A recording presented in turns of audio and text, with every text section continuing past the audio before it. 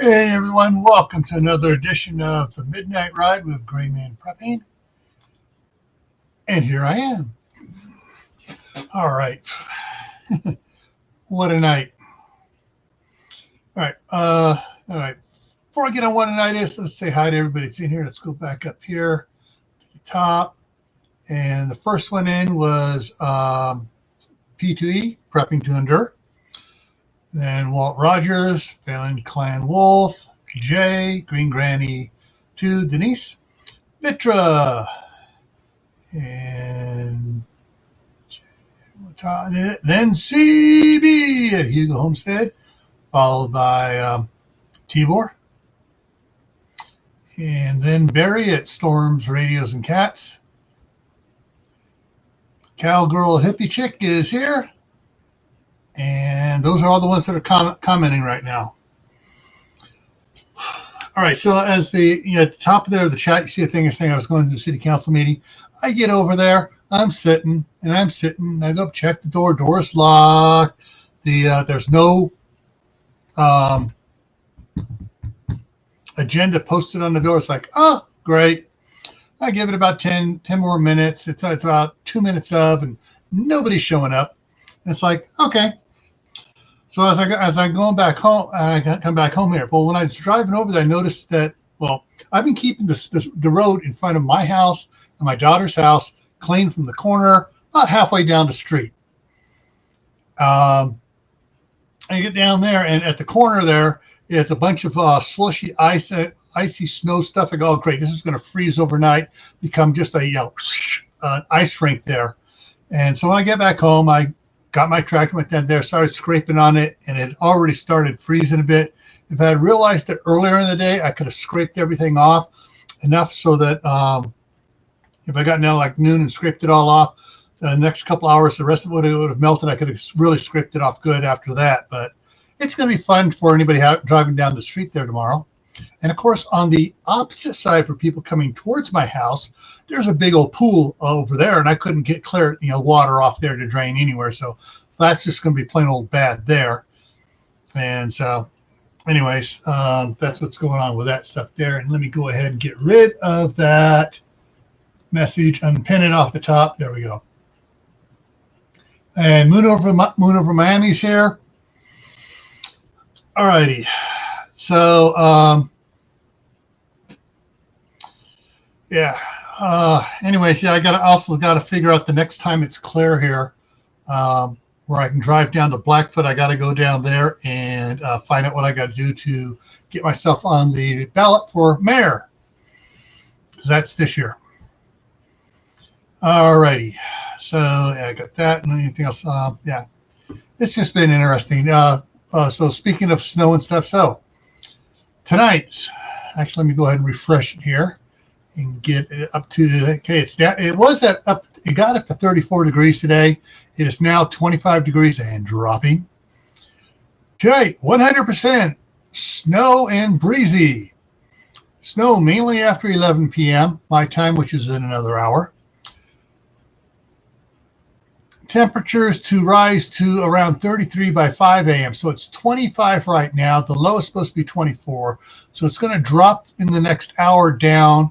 And now they're saying it's going to rise back up to 33 by 5 a.m., which means all the snow is going to start melting. We got an east wind of 10 to 15 miles an hour is becoming a south wind of 19 to 25 after midnight. Gusts could be as high as 34 miles an hour. Precipitation is 100%. Total nighttime snow accumulation, which is now it's 1 to 2 inches.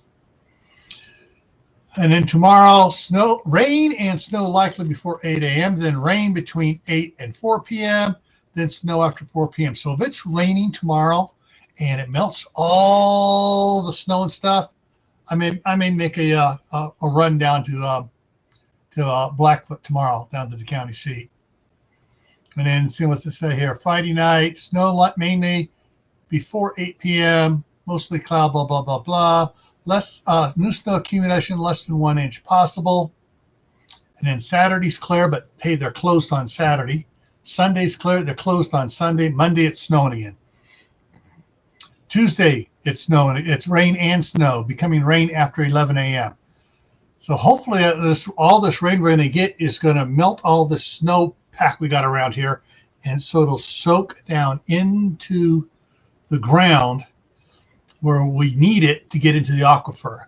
Because when it doesn't, if it doesn't rain and the snow's just sitting and the wind's blowing, it slowly, even though it's like 10, 20 degrees below zero, it evaporates off like an ice cube does in your freezer. Hey, Star, how's it going? Hey, Brenda. So we got Star Homestead, India, and Duncan 1900 Homestead. And see if I missed anybody up there. Okay. All right. So let me clear some stuff up on the side here. All right. News. All right. So I got a bunch of stuff to put out here. And, California's pulling the socialist stuff.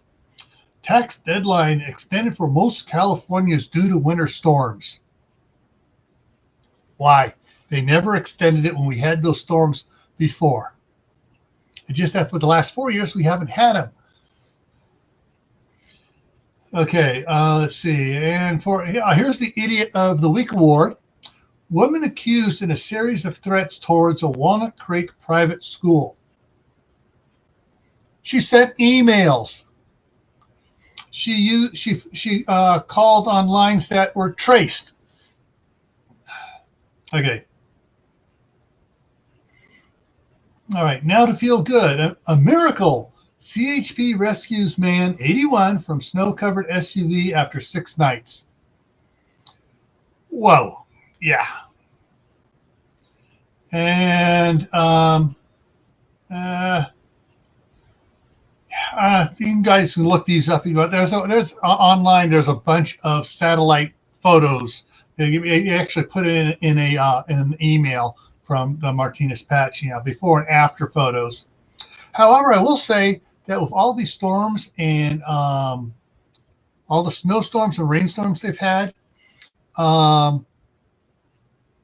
I'm just losing it. Oroville, one of the largest reservoirs in California, looks like it's about 80% full. And Shasta is about 90% full. So long as idiot Newsom doesn't say, oh, it's getting too full, dump all the water again. And, of course, the next one here is, when does daylight saving times begin? What to know in California? And then one of the things is, here's why California proposition to end daylight savings time that passed in 2018 hasn't been enacted. Yeah, because the people are revolting. They want to go just the opposite. What they passed was, oh, we're gonna end switching back and forth. We're gonna go on daylight savings time permanently. And everybody said, up yours, because in the wintertime there, it's bad enough kids nearly getting hit or getting hit in the wee hours of the morning during non-daylight savings time, during standard time. If it's that way all through the winter, you're going to have a whole bunch of dead kids all over the place. Hey, Gear, how's it going? All righty. Let me go back over here. All right, this is interesting. Let me go into this one here. Tough. I like this. The tough standards in testing under the coming EPA rules undoubtedly will reveal PFAS chemicals, forever chemicals, in more water supplies, because if they test for it and it's this much, they don't have to say anything. Now it's going to be, if it's this much, they have to say something. Well, hey, no, it's Tibor. No, it's not that. It's not them crossing the street. It's them standing at the bus stops and idiots come flying by. It's the idiots that can't. Because we've had in our street kids walking, and there's a stop sign there. They go to cross the street, and someone comes flying down the hill, and they blow right through the stop sign. Or they go flying by and nearly hit the kids because they're trying to go around the corner there that are standing where the school bus stop is. And so it's not half asleep drivers. It's idiots that got up late and are, oh, you got to get to work fast. Hey, all things acres, how's it going? Hey, Wayne, how's it going? Well, problem is, right now when it first goes into daylight savings time, the idiots are still doing the same damn thing, and they're doing it. The kids are getting hit in the springtime when it first goes into daylight savings time, and it's like, yeah, they're idiots. Okay, so we covered the forever chemicals. Okay, we had a moonbow back on Monday night and Tuesday morning. That's where the sun was coming up at a certain angle, and it created a funky looking halo rainbow around it because of the moisture that was in the air. This one is affecting my wife. Health advisory for residents who garden near the Martinez refinery. Residents are advised to wait for results of environmental testing, bullshit stuff, before eating anything grown in soils exposed to the spent catalyst that was released. And my wife is saying she's probably just going to start, because she on her garden area, she takes and she has wood chips delivered, and she spreads it all over, so it starts composting. Well, now she's talking about going ahead and raking off the top inch, putting it in the recycle bin, and sending it off, or the vegetation recycling bin, and sending it off. And plus, she's not even sure how much she's going to grow anyways because of the crap going on there, which means she's becoming more and more pissed off with the area and wanting to come here sooner than later. But the fruit tree, she's not sure. She goes, well, the rainstorms, hopefully it's washed off.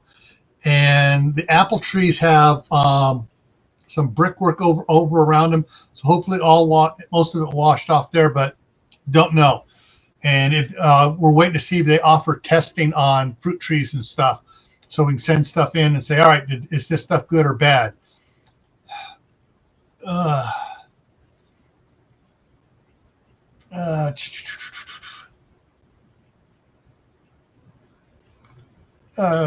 back up here.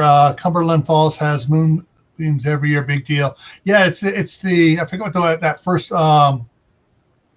first full moon here in here is called, or whatever it is. Hang on, where is it here? It's called a worm moon. That's right. It's a worm moon. The one we had, the full moon. I like all these funky names they give them. And so on the 7th, so that's 2 days ago. Now they're calling, instead of, these guys hate to call it an atmospheric river. The left wing nuts want to call it anything but. And so now they're calling it a conveyor belt of moisture. Come on, just put it in there. The atmospheric river coming across the Pacific, picking up all those moistures, hitting California again. And then, of course, the great Gayvan Nuisance, governor of California, halts the $54 million deal with Walgreens over abortion pill, because other states have requested and worked out deals for them not to be provide. I'm not sure what's going on in other states. So California guys, they're doing that. Oh, they're extremists. We gotta cut all ties with Walgreens now. Gee, it sounds like Gayvan Nuisance is being a bully and is trying to bully to make them cave in. Of course, what's he doing? He's calling the pharmacy giant of caving into bully seeking not to have it, yeah.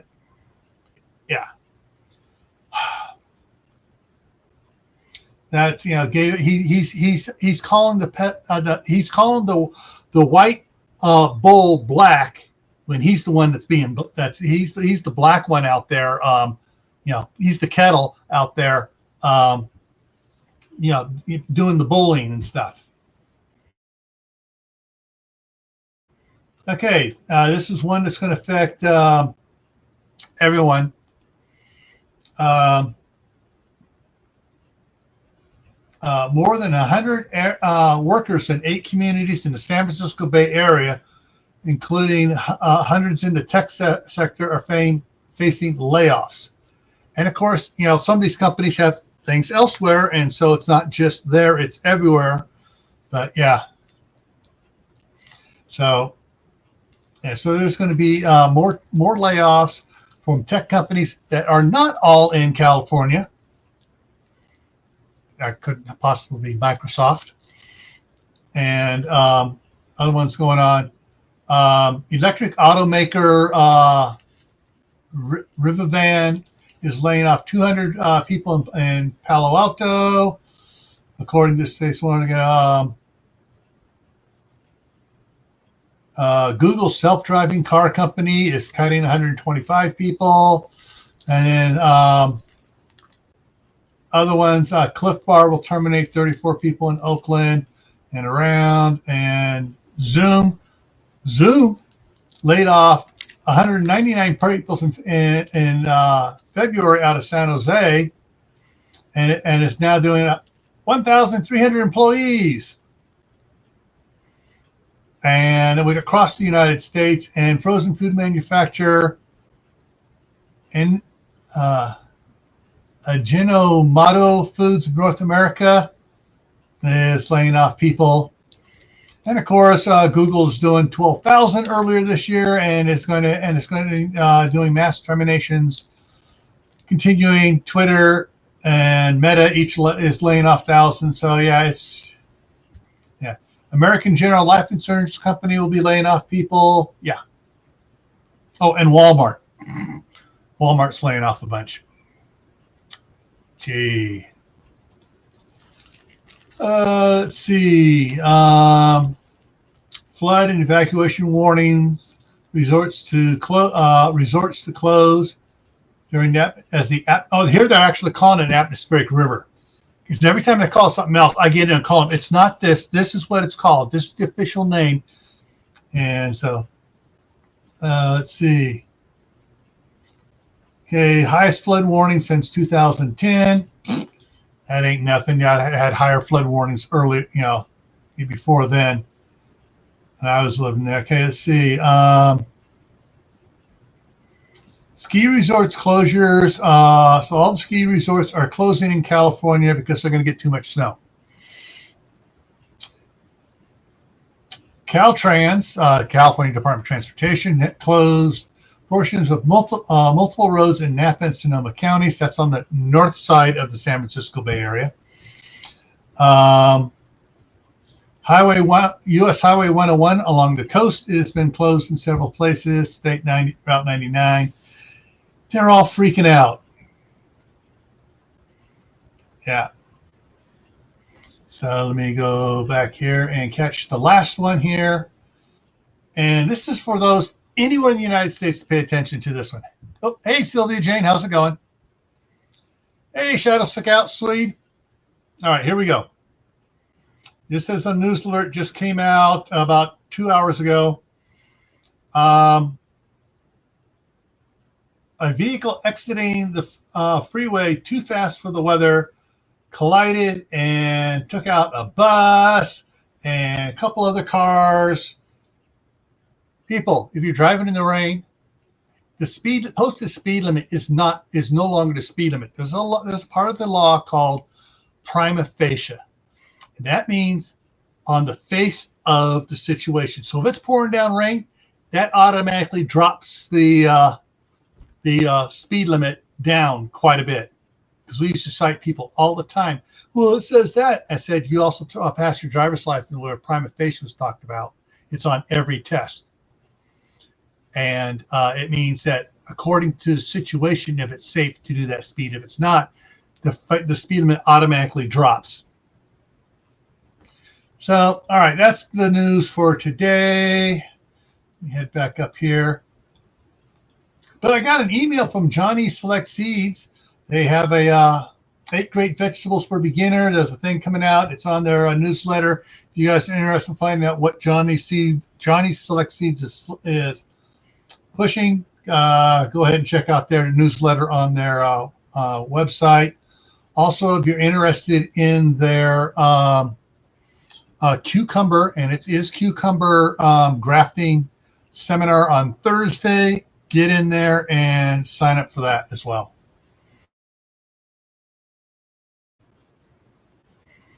Okay, so I've caught up to there. So now it's time to throw the link out here for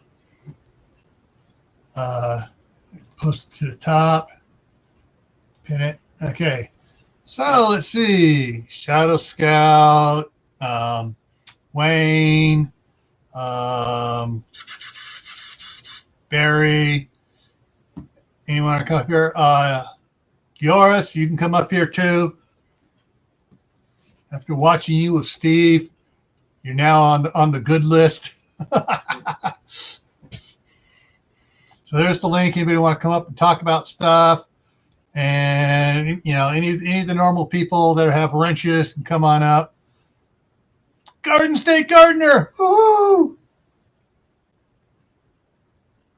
Did I miss something here? Cowgirl Hippie Chip became a member. Okay. I need to do something here before I forget. I got to adjust something over here.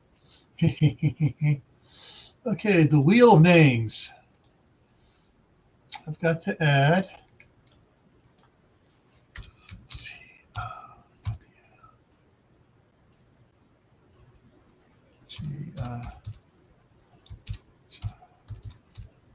Hippie Chick, CHICK. There we go.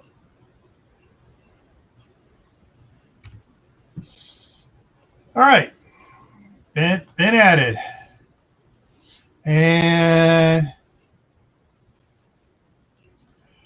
all righty. So Sylvia Jane says it's 11:24, which means she's in Central Time. All righty. What else we got here? Louisiana.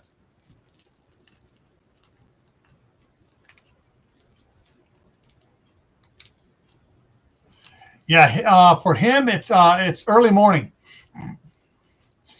All righty. So, guys, what do you want to talk about? What's on your mind? Anybody else getting weird weather? By the way, this is my dinner, a cheese stick, 80 calories.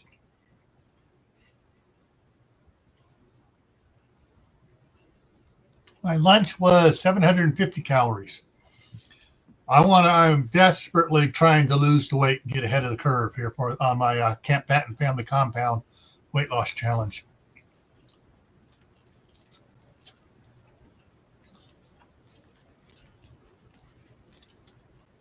All right, Shadow.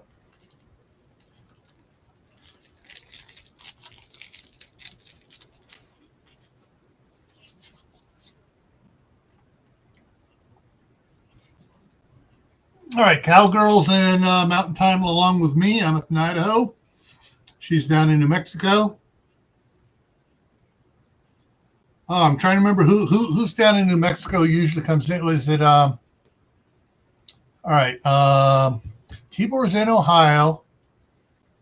I forget where Keith is at. There's someone else that usually comes in off of the Island of Misfit Toys.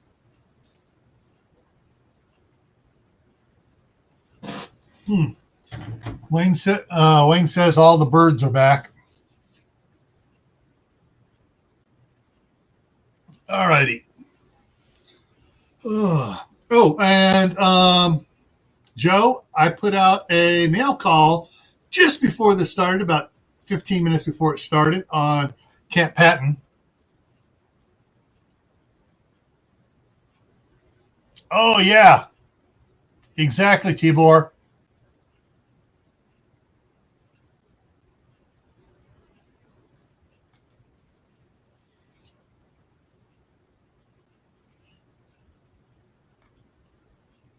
Saw robins a couple days ago, no hummingbirds yet. Oh, and another shout out here to Garden State Gardener. All the seeds he sent me, all 5 packets, were from Ukraine. Those things of origin. So I got some other stuff. What am I drinking? I'm drinking Everclear, cold water, H2O. Hydrate.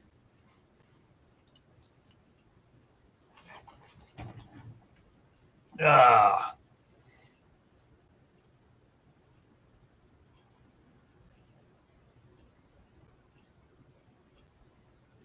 Yeah, I've been following several channels talking about the push and stuff, including Suspicious Observers. Ben's been talking about it, and a couple of the others are talking about the and some don't know why it's doing. Some of the weather channels don't know why it's doing it, and Ben's Davidson's over there. This is why it's doing it, because the way the Earth's geomagnetic field is losing a little bit of power. We got a couple more. We had a big corona hole up there on the sun, and we got a weather front, a storm front from the sun pushing stuff through. We hit up to P4 on the index. So yeah, if you want to know what I'm talking about, go check out Suspicious Observers.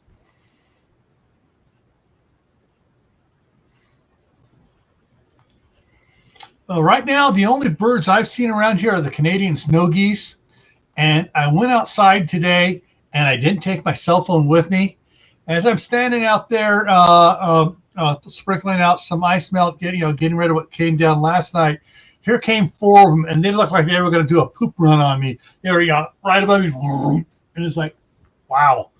Wish I had my camera. That would have made a good video going.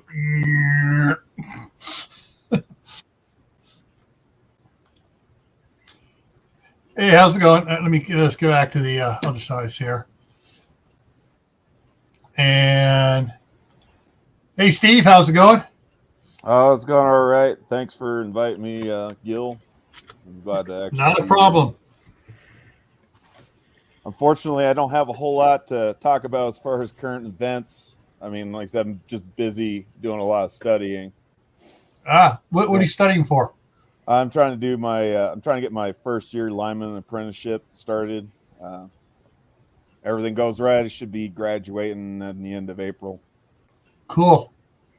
Yeah, my uncle, actually my only uncle, was a lineman in Las Vegas. Yeah. And the stories he would tell, they'd be up there working on the lines, a bunch of them. And just when the clouds start coming in, when it comes in like that, the lightning storms. And they see that doing, and he said these guys were burning the poles coming down. They just kicked out, kind of slightly hugged it, and got splinters as they came down the poles as fast as they could. Yeah, we can't do that anymore now because of the new safety harnesses that OSHA requires us to use. It's yeah. We call them buck squeezes because Buckingham is the company that makes these. Some of these particular harnesses, I guess you could call them. Klein also makes them. I can't remember. There's some other companies, but basically it wraps all the way around the pole, and it's designed so that if you accidentally cut out and you fall, you're not falling very far. You're going to fall like 6 inches. Yeah, it's going to snag and catch you. And even with a guy like me, as heavy as I am, I've tested that thing so many times, more times than I can count. And like I said, it even holds me, so it works. But yeah, no, I don't doubt them trying to climb down as quickly as they can. I mean, a lot of these utility poles are equipped with lightning arresters, which are tied to the grounds and everything like that. And these grounds are just usually they're like number 6 AWG bare copper wire, and you don't even make contact with that because electricity don't know any different when it's passing through you. You're just another load to it. Yep. Another pass of easy resistance. Yeah.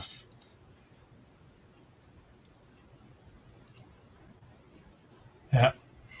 And Wayne was just clarifying, that the other type of suspicious observers, Ben Davidson. Yeah, he actually has written 3 textbooks for colleges and universities.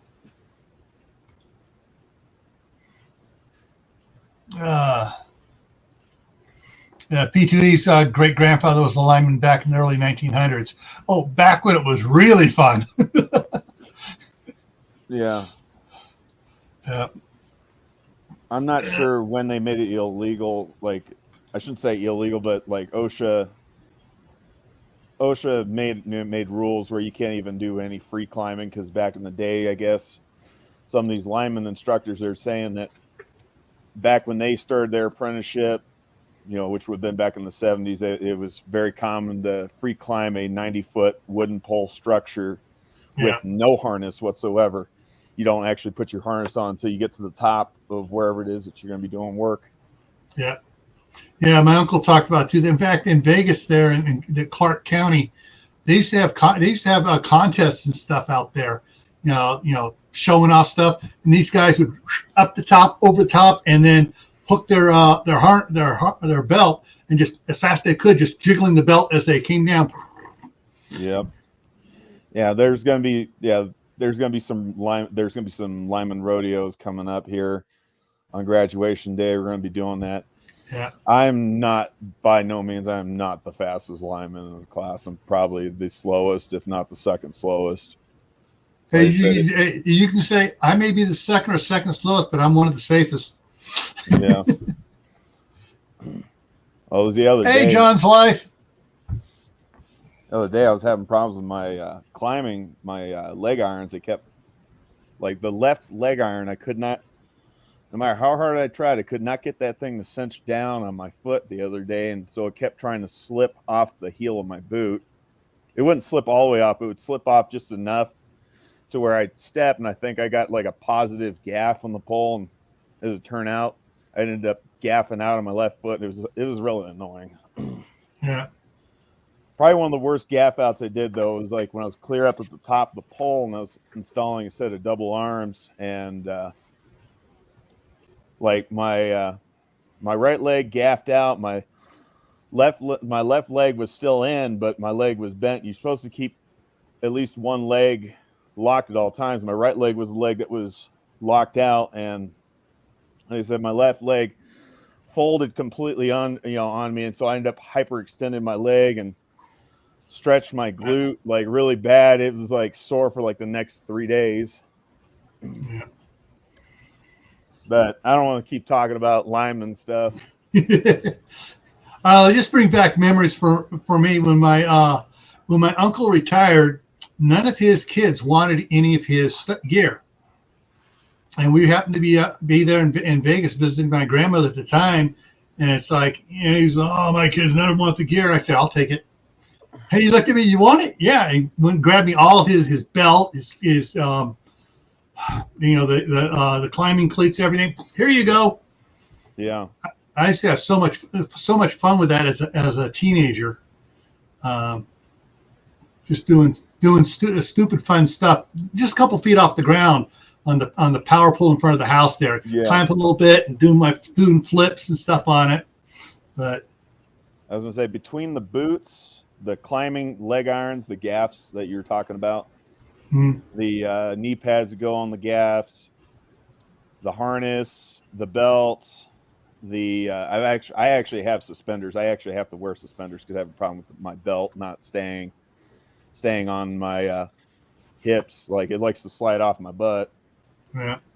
But between all of that, the gloves, the different PPE, like the safety glasses, hard hat, and everything, and the tool bag, I've got like over $5,000 in lineman specific tools. Yeah. Like, that stuff is not cheap, and I'm so glad I had savings account to buy that stuff outright. Unfortunately, though, like I said, savings account took a major financial hit just trying to buy all that gear for school, and then paying off the last of my medical bills from when I was hospitalized with what do you want to call it? I'm trying to keep this stream. The Red Dragon? Yeah, sure. Yeah, we'll call it the Red Dragon. It's been called the Red Dragon. We started calling it the Red Dragon back in January of John at the Prepared Mind channel, he calls it the Cerveza bug. That was the name I was looking for, because I've heard other channels call it Cerveza bug too. Yeah, we started calling it the Red Dragon back in January, and there's a couple news channels in Hong Kong that were reporting on it, and Dave, the Southern Oil Prepping Oil, was talking to them about it and stuff. Oh, you missed this, this, and this. Here's some information from the U.S. And it was funny, for the next 3 weeks, they were calling it the Red Dragon as well. Yeah. Hey, Vanessa Kitty, how's it going? Yeah.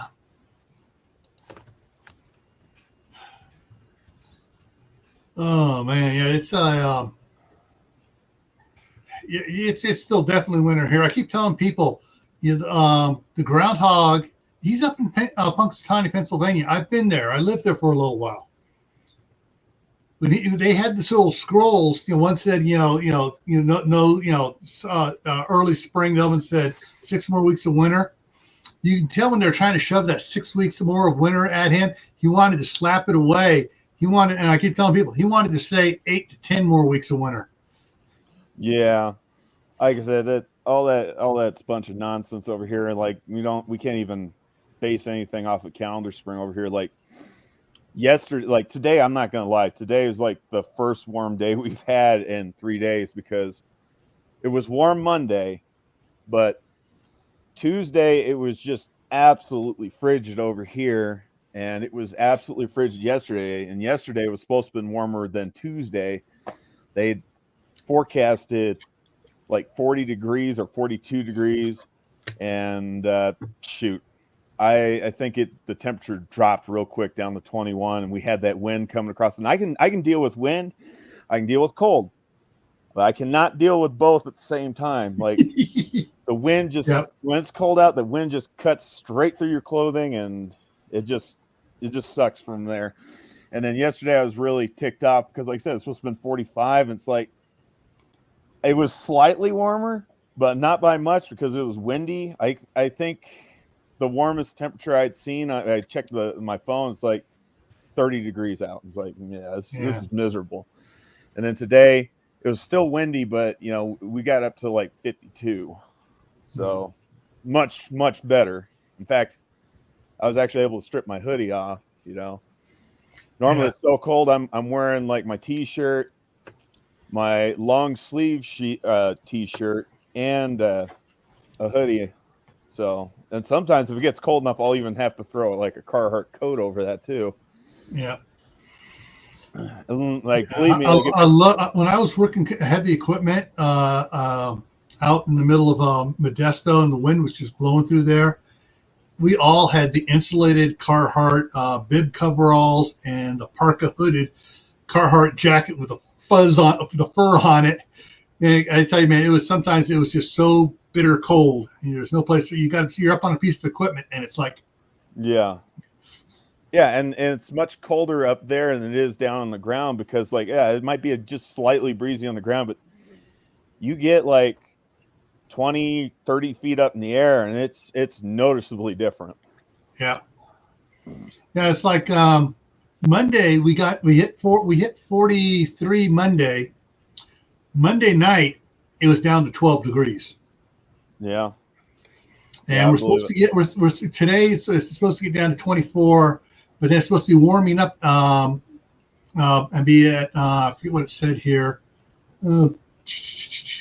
33 degrees by 5 a.m. However, I don't need you to give away your position, but do you live like closer to like Lewiston or Pocatello? No, I'm between Pocatello and Idaho Falls. Oh, okay. Actually, I'm up in between Idaho Falls and Blackfoot. So I'm, Yeah, I used to do a lot of runs back when I worked for FedEx. I used to do a lot of runs between like what do they call it? Troutdale, Oregon, and like Salt Lake City, Utah. Yeah. Yeah, it means you would come across I believe that's 84, and when and then 84 would split from 86 would go on into Pocatello. Yeah, it's like, so it's 40. It's supposed to be 41 tomorrow. Low Friday night is 17. 33 on Saturday's the high. Low is 12, and then it's yeah, it's all over the place. It doesn't know what it's doing for this next week. Highs and lows are big spread gaps, and then they start getting a little close. They get a little closer together on Sunday, 35-27. Hey, that's an 8 degrees difference. A lot less than the for 24 degrees difference from on Friday. But yeah, the weather is still all screwed up here. Yeah. And like I said, I couldn't imagine what it's like living up there at this point in time. Like I said, I know there have been more than a few times I've driven through Idaho. It's like, man, I think you guys are almost drier than we are. You know, as far as the amount of rainfall and moisture you guys have been getting, or should I say, not getting. Yeah. The last couple of years we've had, it's been drought conditions, and the state, I forget what it's called, has put money aside for near the Snake River here in eastern Idaho to drill down into the aquifer, and in the wintertime pump water into the aquifer to recharge it for the summer, which will make it a lot nicer. Right now they repumped water, groundwater, but it's the water's coming out of the Grand Tetons down the Snake River, and in the wintertime it's pretty high, and so they just say, all right, nothing's getting down because the top foot of the ground is frozen, so we're going to pump it, put some injection wells to get the water down in there into the aquifer, so this summer nobody runs out of water and everything works on it. But right now, like froze. This year we got more snow sitting on the ground than we've had since 2016, 2017 winter. Yeah. And and that was, they had water flowing in the irrigation ditches. Take all you want, please take water. That year in 2017. But last year they took half of our time away from us, irrigation time.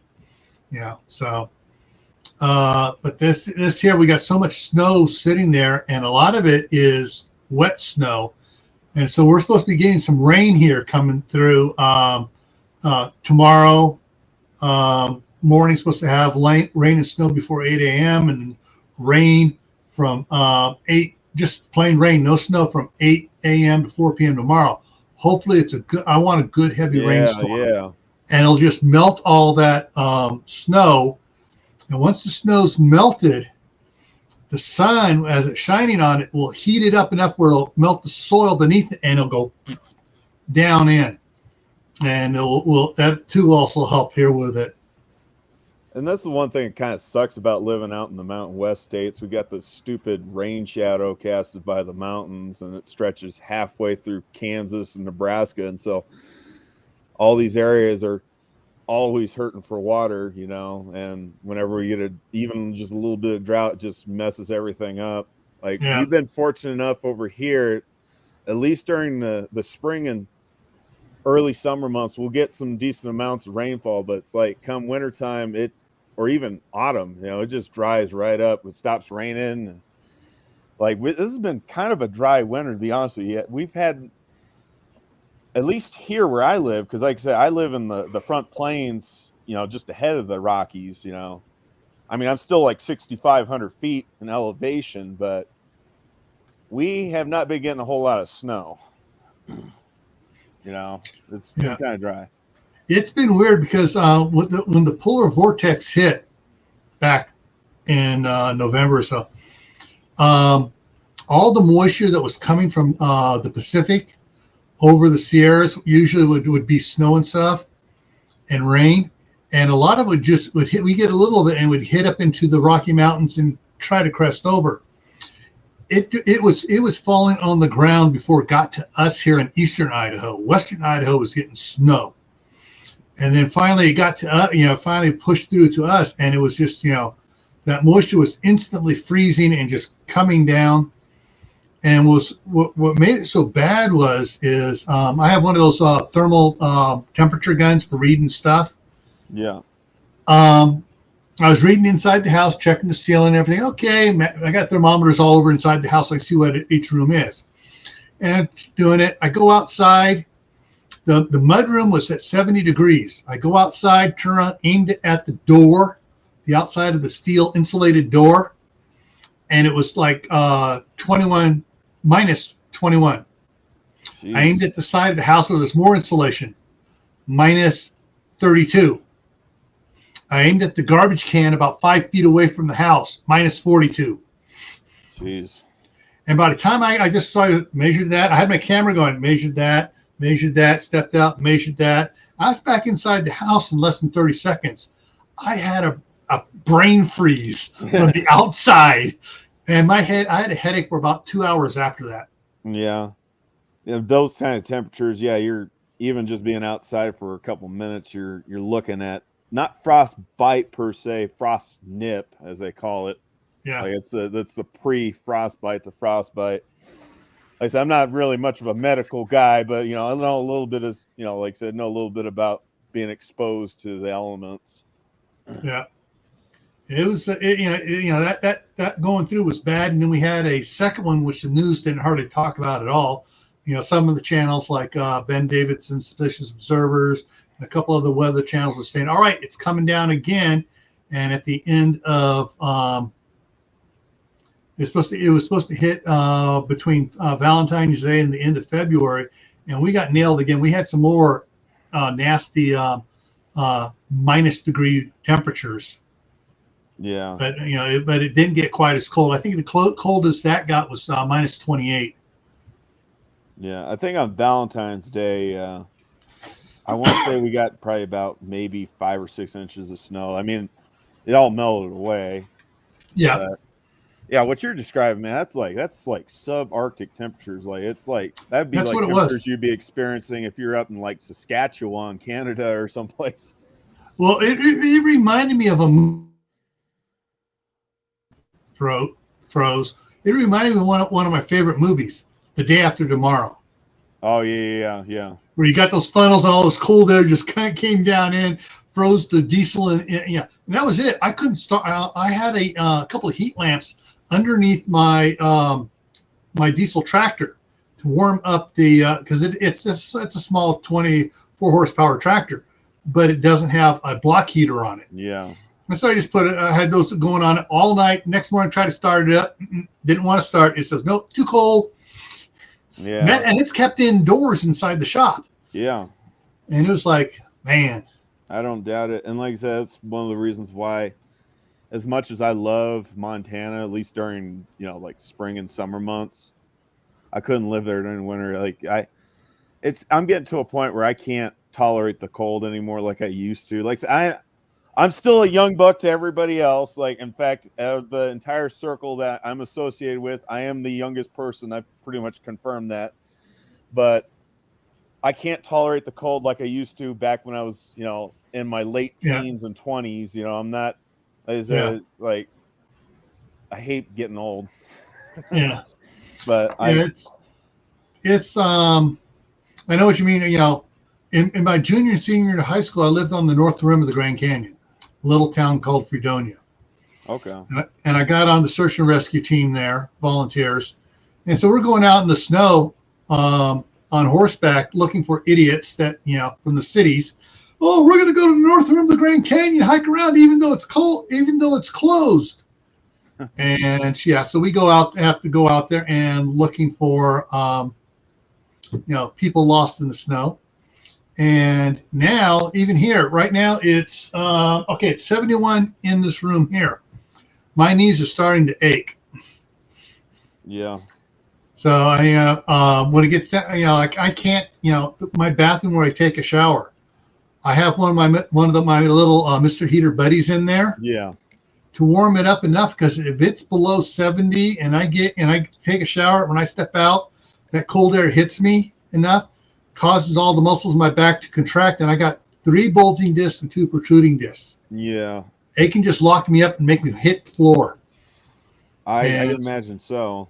I can yeah, deal with like all right, for indoor temps as far as wintertime. Like I prefer to be in a colder room. You know, like not where yeah, it's a straight up ice box, but I can deal with colder homes. You know, like 50, mid 50s or whatever. It's not a big deal to me. It's just like when I'm outdoors and it's like negative or we got wind blowing.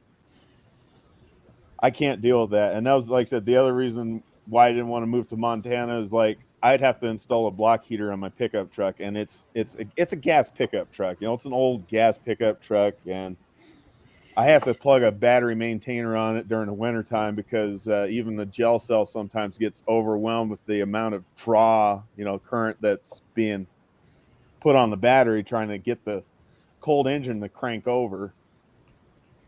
yeah, And like I said, I didn't want to have to install a block heater on my pickup or my car. And it sounds like it's kind of standard when you're up there in Montana. Heck, I think yeah, even some people up in northern reaches of Wyoming have to do that too. And Wyoming's yeah. another state I don't want to live in either, just because it's windswept like almost Oh, North 365 days a year. North Dakota is worse than Montana. Yeah, Montana has some mountains to break it up. North Dakota, it's that's why there's the one Air Force base up there. It's flat. You can see for hundreds of miles, and yeah, it's just it's bad up there. yeah. I've only been to North Dakota a few times, but the few times I actually been through North Dakota, I want to say, let's see, the last time I drove through it would have been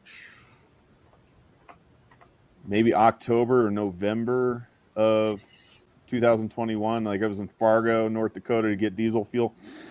Frigid cold, just Oh yeah, blast of wind just whipping across, and it's like it doesn't matter what the outside ambient temperature is because like I said, that wind with the cold air is just cutting through every last stitch yeah, of clothing you're wearing. yeah. It's like right here when have to go out there when I go out there running my tractor to try to close snow off and everything. I got my uh, what's it called? It's a cotton and not polyester, but it's another blend thermals on that are got basically like big bumpy holes in it. Then I have the nice smooth thermal. I froze there. Yeah, So I have two. Basically, I have two pairs of thermals on. One is a cotton and something else. The other one is a cotton inner with a wool outer. I have that one over the other one on my legs. I have my wool socks on. Then over my wool socks, I have my cotton boot socks pulled up over it. And yeah, then and I wear the same thing on the top. And this is some heavy duty. This is a Carhartt heavy duty cotton shirt, yeah. It looks like and it's I have that, flannel. and I got my other stuff, and it's just the thing that kills me is using my hands and stuff, trying to operate the bucket controls and stuff. Yeah, Finally found a good pair of rag wool gloves that are mitten gloves. So basically, if I pull the mitten part off, the tips are exposed, yeah, but the part that goes over it also has thinsulate inside of it. So the fingertips actually stay warmer in that. But man, sometimes it's out there. Okay, I'm out there for an hour. Okay, I'm pulling it back into the shop, closing the door up again, and I'm going to go in the house for 2 hours, and I'll go out and move more snow again. yeah. Yeah, And the one but I thing, would rather be up here than down in New Mexico or Las Vegas or yeah, Arizona. I've or lived in those Colorado. areas. You can only get so naked when it's hot. You Yeah. can only get so naked. Here, you can always pile more clothes on in the wintertime. Well, I will say this much: when I'm sure you know who Wes S is, right? Yeah, Yeah. When I was visiting Wes S last year, where he lives out in Texas, I mean, it gets freaking hot. I mean, hot. But the nice thing is, there's no humidity. And the secret to staying cool, believe it or not, of all things, you could be outside and it could be 110 or even 115 degrees. Granted, there's going to be some time to get acclimated to the extreme temperatures. the key thing is to stay in the shade. Like it makes a noticeable difference being in the shade. Yeah, what's really weird, most people don't realize it. Up there when I was living near the north rim of the Grand Canyon in my junior 70 years, that was 73, 74, 74, 75 school years. We had a new high school built the first year I was there. The crew came from Phoenix, had been working most of the summer down there in Phoenix without their shirts on. Came up here, they started peeling off the shirts, and everybody's saying, you don't want to do that. Oh, we've been working down in Phoenix. Yeah, but we're at 7,500 foot elevation here. Mm-hmm. The next day, they're all walking around with their shirts on. Ow, ow, ow. They got burnt. It was 120 degrees in the shade that summer. And what we found to stay cool, believe it or not, was old Korean War wool BDU blouses, the heavy jacket like shirts and stuff. Okay. You get that, you dip it in water, and you're good for the next 4 hours. Yeah. At lunchtime, you dip it in water, put it back on, and you're good for another 4 hours. I'm trying to think of the name of the scarf that the people in the Middle East wear. What the heck do they call them? Oh my gosh, because they do the same thing. They dip that in water too. Aside from it covering your face and head to keep you cool, they get that cooling effect because they dipped it in water, and it gets like a swamp cooler effect. What the heck do they call it? Oh my gosh, it's gonna drive me nuts. I can't think of the name. Yeah. Was that shamag or something like that? I can't remember. Yeah. 29,500. I think that's a typo. Is it? Because 29,000, the highest point in the continental United States, I believe it's Mount Whitney, is a lot less. I think the tallest mountain in any of the states, which would be in Alaska, I think is Denali, but I'm not sure what the elevation is for that. In a second.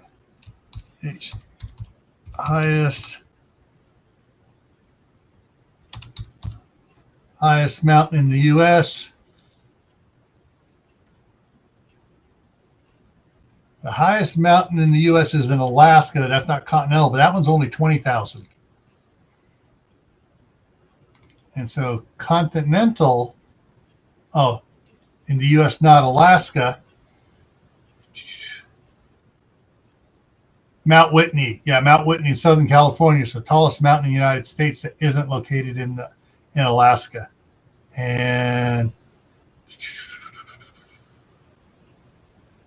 Mount Whitney. Come on, where is it? Come on, give it to me. Oh, he says he's in Alberta, Canada. Alberta, Canada. Oh, okay. Yeah, all right. So you're suffering from oxygen deprivation. I know I was suffering from oxygen deprivation when I visited Pikes Peak, the top of Pikes Peak, for the first time in over 20 years, and that was after I got out of the hospital. And then, of course, my friends were making fun of me, having a hard time breathing and getting dizzy and lightheaded, and my legs are starting to feel like jello. And it's like, listen, how many of you guys were hospitalized with cerveza bug? Raise your hand. All right, okay, you can shut your mouths now. Yeah. Mount Whitney is 14,505 feet. I wonder how tall. Yeah, that's a little. Yeah, I know up here in the. What's that mountain up? There's a mountain up here between me and Yellowstone. That's I think the high Uinta area. That ranges from 12,000 to just over 14,000 feet, and they have a lot of problem with people from the cities, like San Francisco and Los Angeles, at sea level. Oh, we're going to go on vacation up to Yellowstone. Hey, let's go up into the high Uintas. And they're not acclimated at all. And they get out of the car and they take about 5 steps and.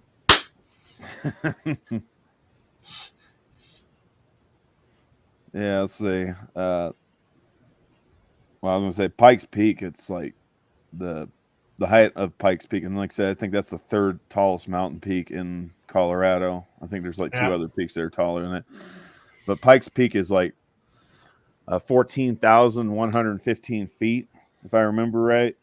And let's see, I'm looking at Denali right now. Denali is 20,194 feet. Yeah, yeah. So that's like Pikes Peak is 14,115. Yeah.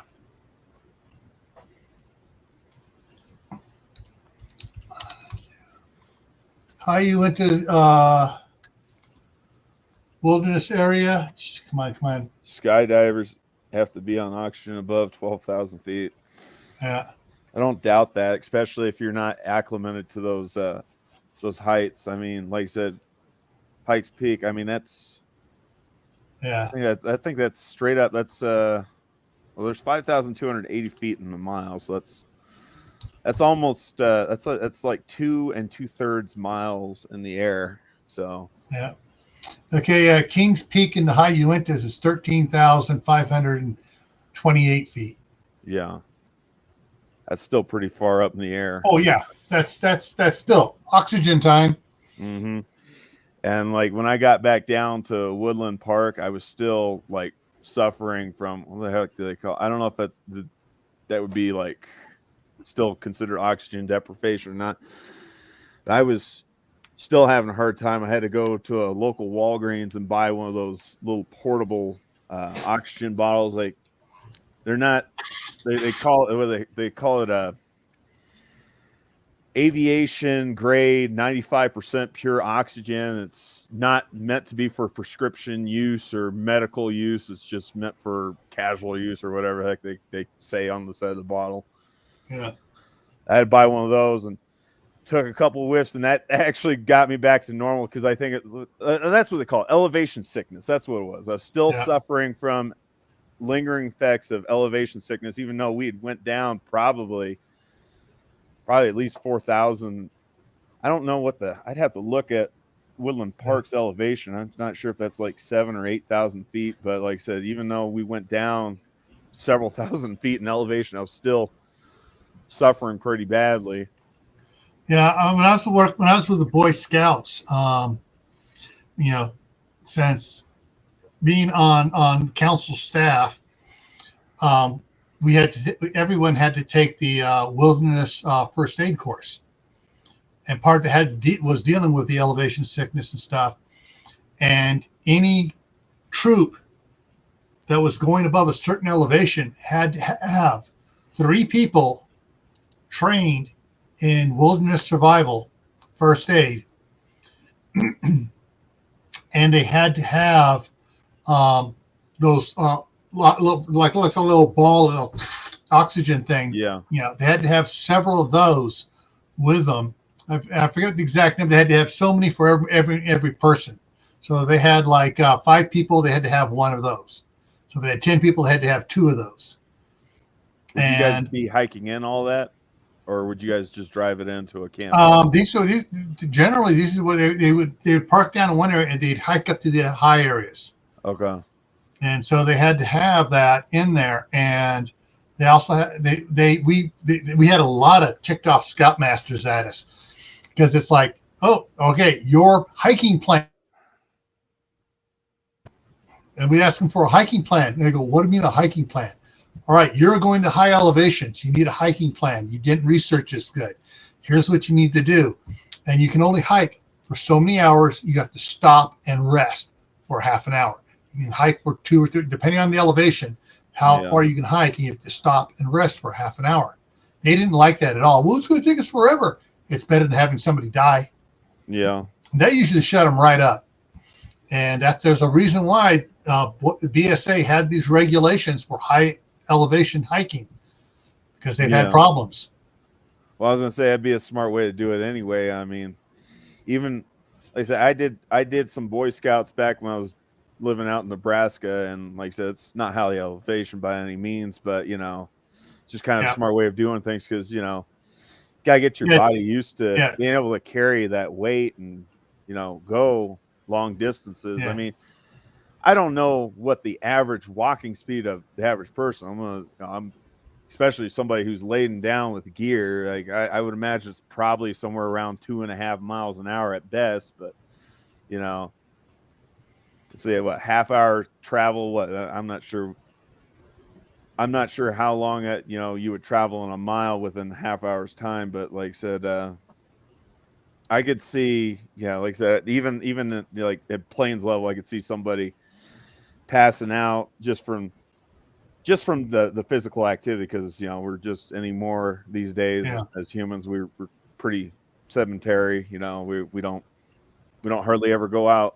I'm not saying that there aren't people that don't go out and do things, but the modern luxuries that we take for granted every day, afford us that ability to basically stay indoors most of the time.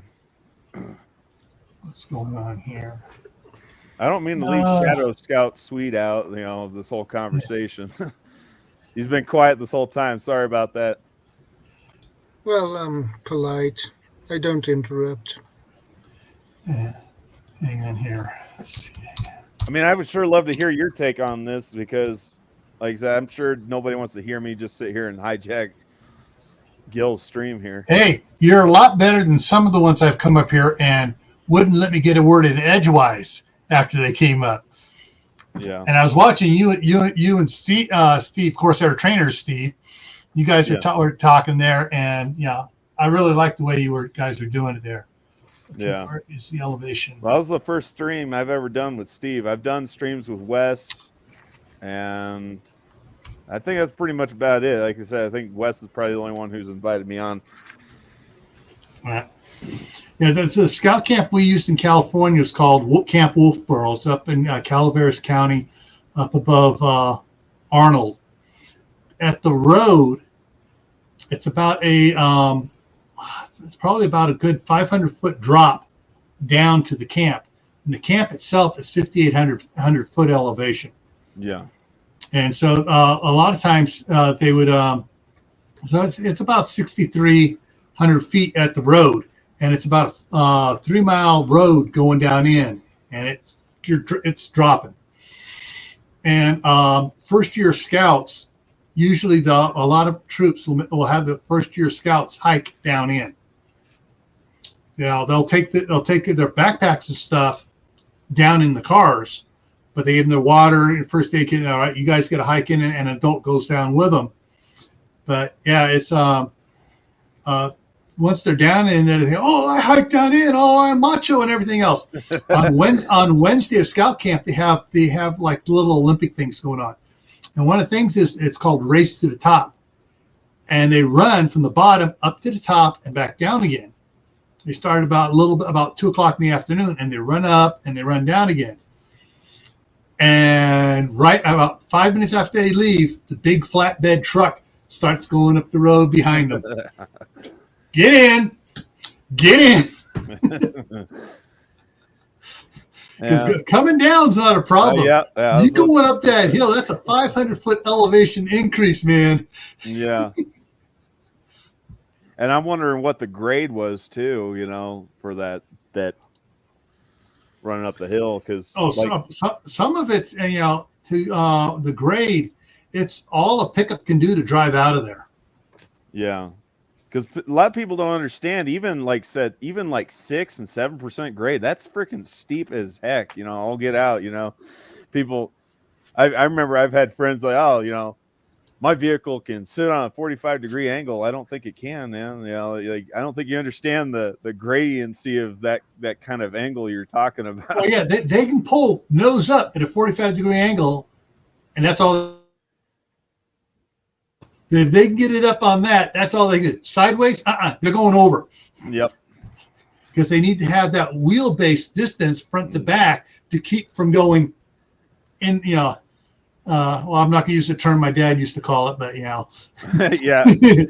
Butt over tea kettle. Something like that. Except for it begins with an A word instead of a B word. Mm-hmm. Yeah. Yeah. But so Shadow, sorry. Shadow, what's the highest points you have there in Sweden? The highest point. Are we talking about mountains or? Yeah, mountains. Mountains and or city. The highest mountain we have is Kebnekaise. It's 2,096 meters, which is 6,177 feet. Okay. You said 5,570 feet, or Six oh, six. 6,877 feet Yeah, elevation. That's still quite a ways up. That's a little more than a mile. It's like a mile and a quarter. That's It's yeah. That's the highest mountain we have. Yeah. Okay. I just look at the map here. Yeah. So you got water basically on one side, and then you got a little bit of Norway around going up around you guys, and water on the other side of Norway. So.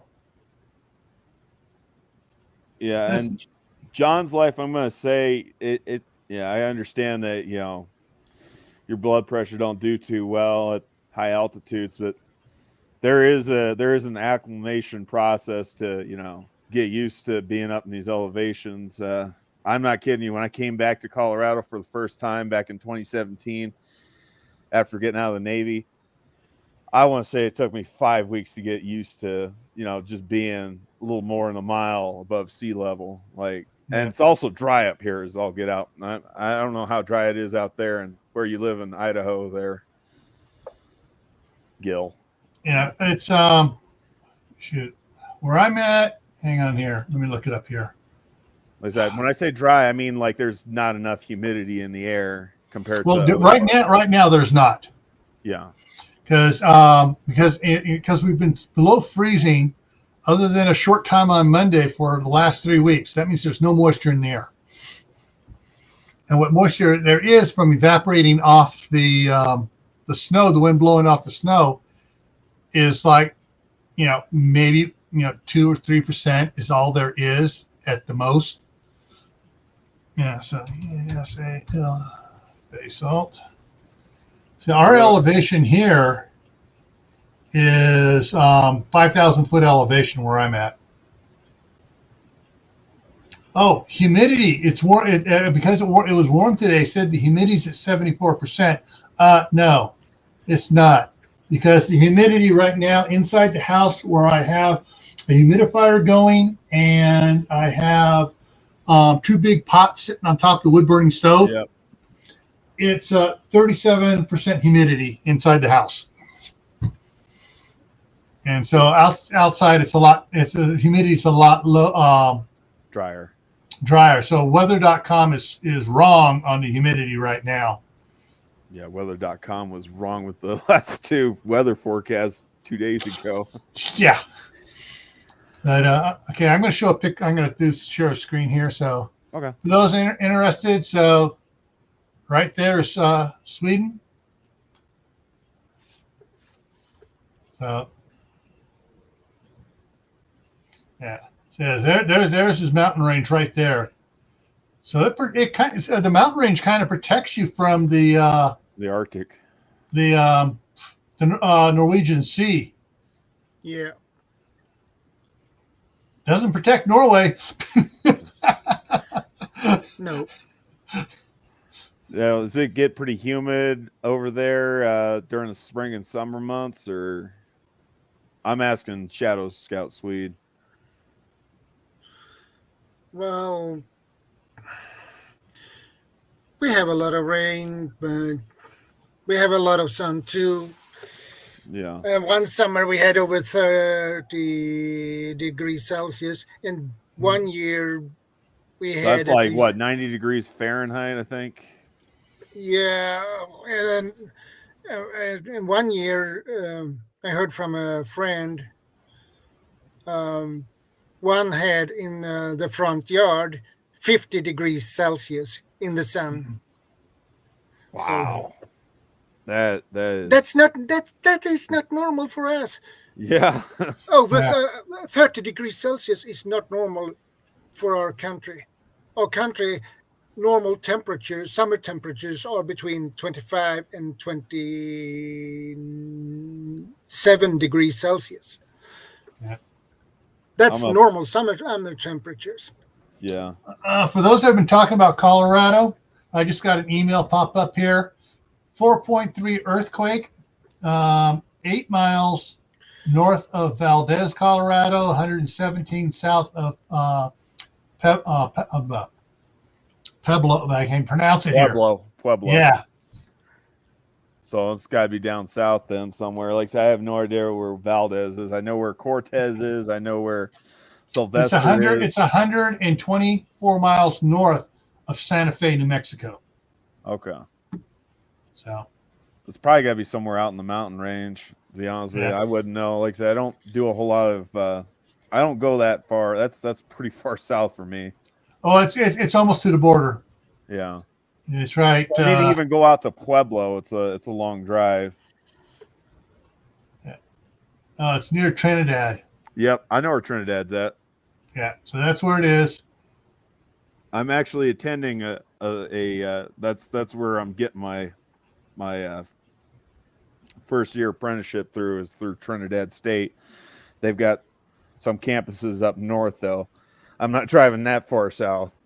Yeah. I'd have to rent an apartment if that was the case. Yeah.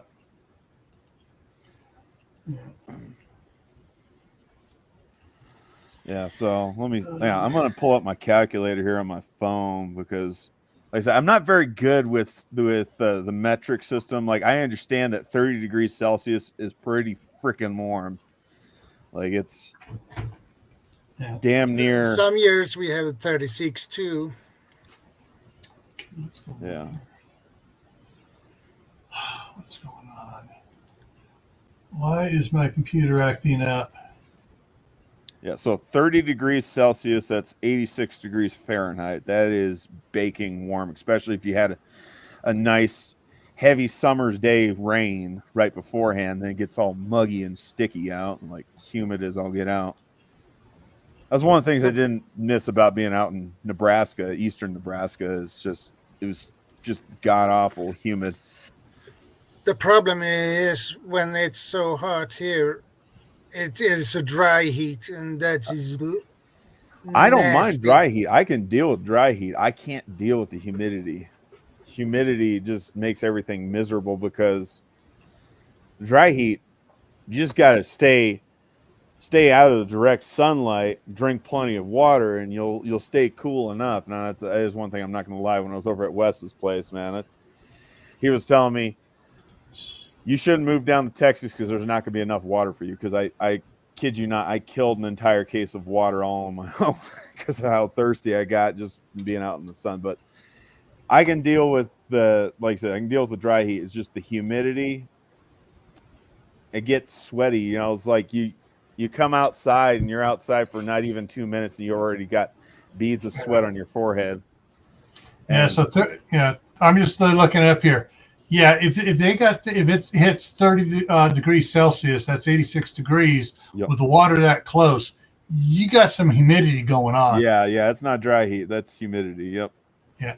Oh, okay. We got so we had Shawnee come in, and Scan Family just came in too. Welcome to the Midnight Ride. Gil, I need to jump off. I have to prepare for work now. So. Yep. All right. I begin to work in 35 minutes. So have a safe day at work. All right, Shadow Scout Swede. If I type that name in on my search bar, I'll be able to find your channel, right? Yeah. Type it. Okay. I'll give it a check. I'll check it out. Like I said, I'm still learning all the different YouTube channels. If it weren't for Adrian, I wouldn't have known who Steve Corsair Trainers was, and for Wes, I wouldn't have known who Aid or Rob or Wayne was. Yeah, I dropped I dropped sorry. my link. I dropped my link in the private chat for you. Okay. I'm going to put it in the main one here for everybody. There we go. All right. Come on. I'm sorry for talking over you there, Shadow Swede. Yeah. There we go. There it goes in. Yeah. Take care, guys. Stay safe. God bless. Yes, you too.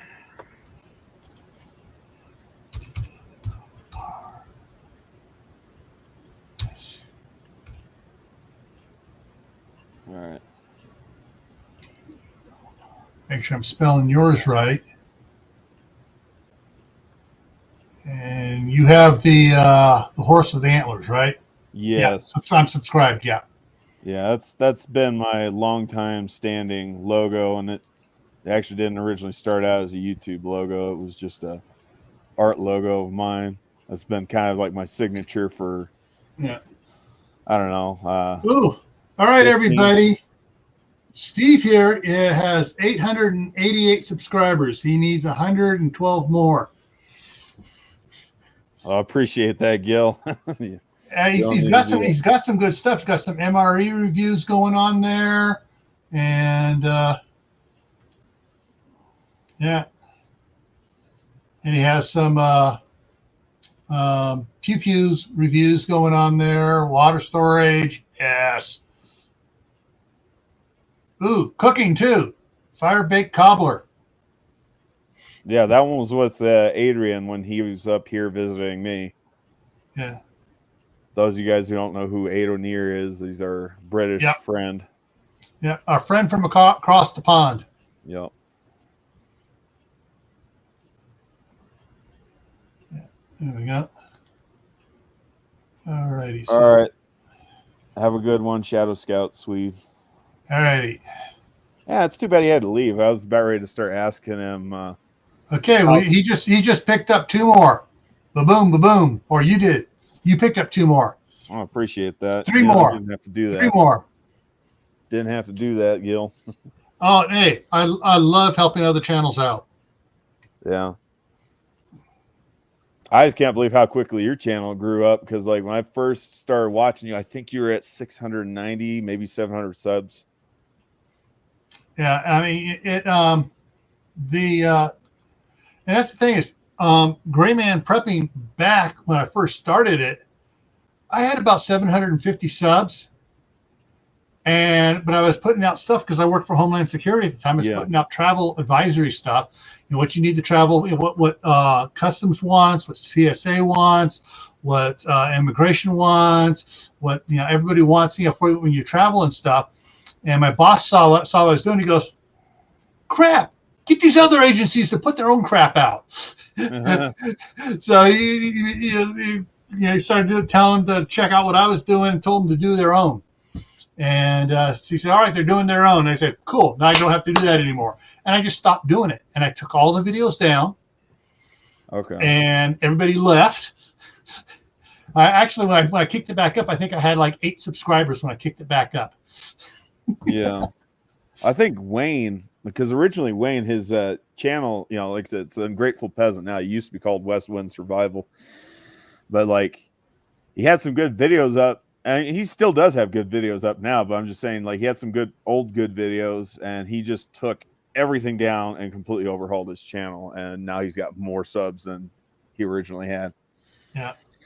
Like, he was another channel for a while there where I just had, I think, maybe 100 more subs than he did, and this was at the time when my channel wasn't even 500 subs. I still had like 100 more subs than he did. And out of nowhere, he's like close to 2,000 subs now. But then again, he does a lot more live streams. I just don't have the time, and most of the time, I just don't have a good subject to talk about, because like I don't follow the news as much as everybody else does, and it's kind of hard for me. The only news I follow is because I get emails. There's a system called Patch, and the Patch is a network of news things. You get emails from them. Yeah. And because I used to live in Martinez, I was signed up for the Martinez Patch, and I get the email stuff, and so I still get stuff from what's going on in California and the San Francisco Bay Area. And I get probably about 15, 20 emails a week. That's it. Yeah, that's my news. Plus whatever I hear from people here on YouTube, because I just don't want to get immersed in a lot of that crap. Yeah, and like I said, it amazes me, like people like yourself, John Prepared Mind channel, and even Ungrateful Peasant, and heck, even Steve Corsair Trainers from time to time. It just amazes me the amount of knowledge you guys have and some of the stuff. It's like, man, I cannot find the information on these niche subjects, because it's like, the internet does a really good job scrubbing these web, these web links and everything. So I can't. Sometimes I have to take this stuff with a grain of salt. It's like, well, I can't, I can't discount it, but at the same time, I can't take it as gospel. So it's like, okay, the truth's got to be somewhere in between. Yeah, there's a lot of the channels, especially in the homesteading community, homesteading/preparedness community, not the prepper community, not the homesteading/preparedness community. They're using DuckDuckGo. Yeah, and I use DuckDuckGo. I use DuckDuckGo. Okay. But even then, sometimes I go to type this stuff in, and it's like I'm still not finding anything that's relevant. I'm getting all kinds. I have to do a lot of sifting, and quite frankly, I just don't have the time to sit down and do a whole lot of sifting. So, like I said, I'll just do. If I do anything informational, it's just going to be general preparedness stuff. If anything, like for instance, like it kind of saddens me because some of my older videos that I did, it's like they didn't get a whole lot of foot traffic, but one of the guys, I need to start watching him again. I've been kind of bad. Like I said, I need to catch up on my subscriptions. But one of the guys that I first subscribed to, I want to say back when I first started getting into the survival prepping related stuff, was Mike Helton Survival. I'm not sure if he called it his channel Survival and Prepping. His name is Mike Helton. He's a U.S. Army veteran. I don't know if he's a Persian Gulf War veteran or not. He's a pretty older guy. But, I kind of discussed, like the pros and cons of, basically the poop hitting the oscillating rotator. Yeah. And basically, I came up with a lot more list of cons than I did of pros as far as, the poop hitting the fan, you know what I mean? Yeah. I'm trying to keep this PG. I'm trying not to curse on your thing here. I mean, everyone, just call it SHTF. That's what everyone calls it, so. Yeah, I like to refer to it as like grid down, WRL now. I used to refer to it as SHTF, but it's kind of, SHTF is kind of a generalized term. It's got back in the early 70s when we started calling stuff. We came up with Tawaki and SHTF and stuff. And we made 4 classifications back then. Some bunch of the guys that I used to, the survivalist firearms guys and stuff I used to deal with. And we used to. Back then it was phone calls and snail mail. Yeah. And basically we came up with just 4 things. There are emergencies, there are life-altering events, and both those are localized to you or your city or just some county or whatever like that. When you get up to SHTF, that affects just about the entire country. Yeah. Tawaki affects just about the entire world. Yeah. So, and everybody, I have a personal SHTF. No, you had a life-altering event. Yeah. Well, like I said, nowadays, like with like I said, the new terminology, I should say the redefining of old terminology. SHTF has kind of become that generalized term. Like I said, it's kind of, I don't know, it's kind of gone down to that personalized, life-altering event kind of thing. Yeah, it's true. He died 89 years old.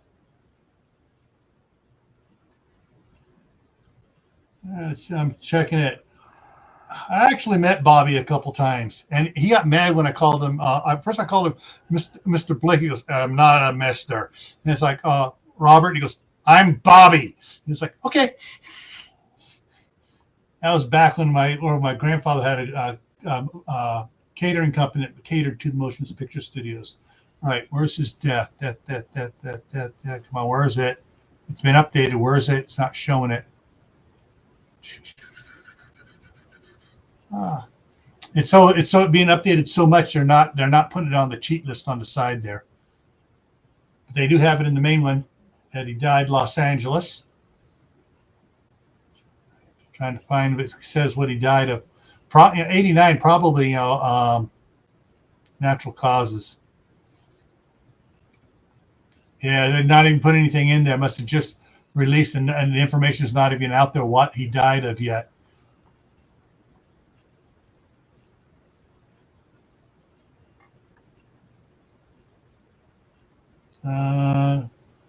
Heart disease. There, all it has is a simple line added on. They haven't put a whole section in yet. So he died of heart disease, and so that's yeah.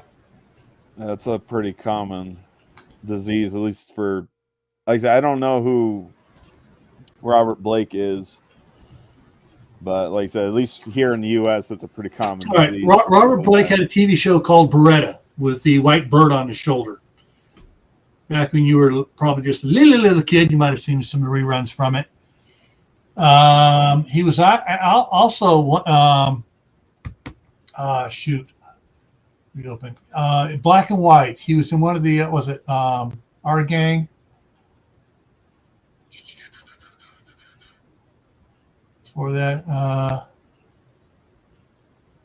come on, early. Where was it?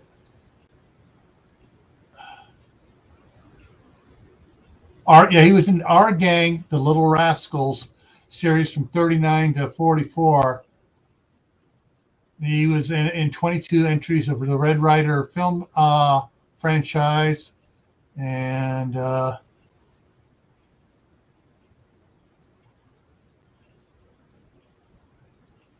was probably true there, Tibor. But again, it depends on when this all came about, because I was born during the Persian Gulf War. You know, I'm a Persian Gulf War baby. I'm a product of the Persian Gulf War. So yeah. One of his movies, which I liked the movie, I didn't like the ending though, was Electroglide in Blue.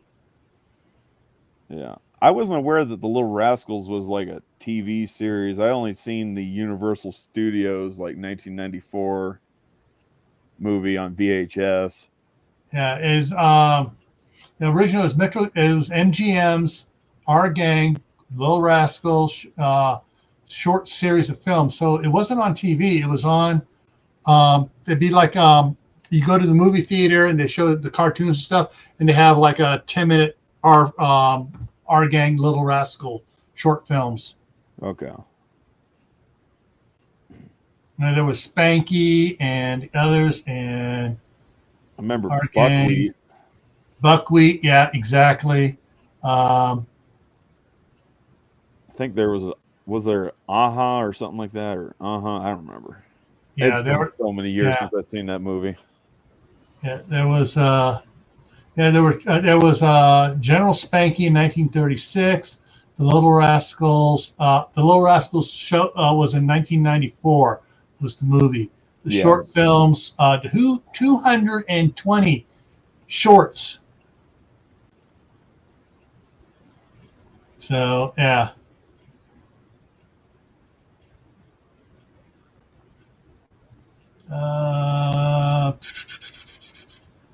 Yeah. Billy Thomas played Buckwheat.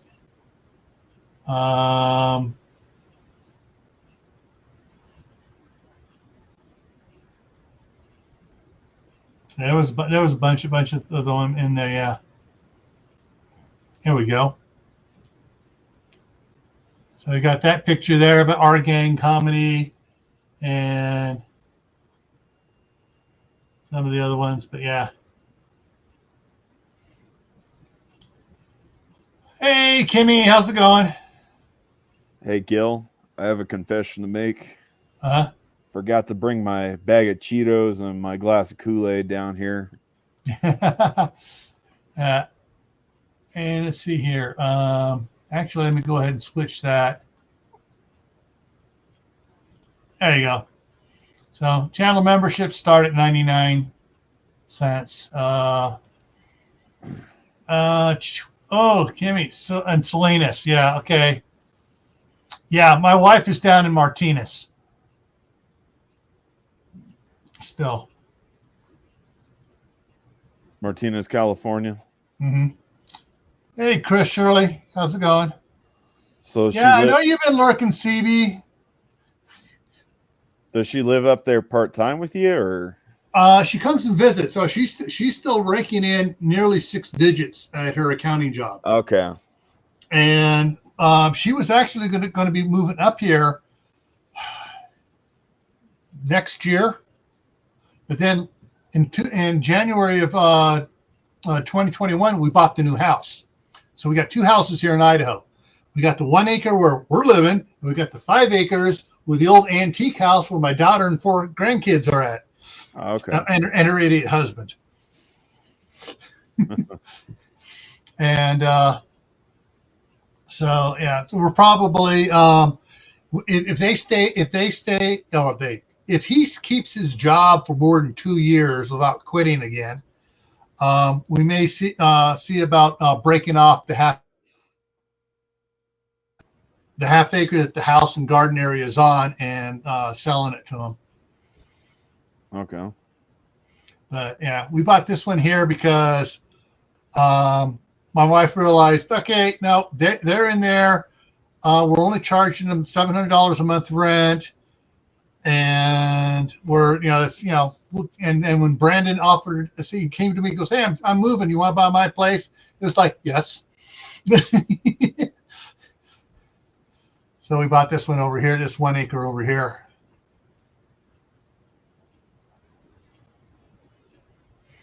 Most of them died young. Okay, she's talking about the little rascals.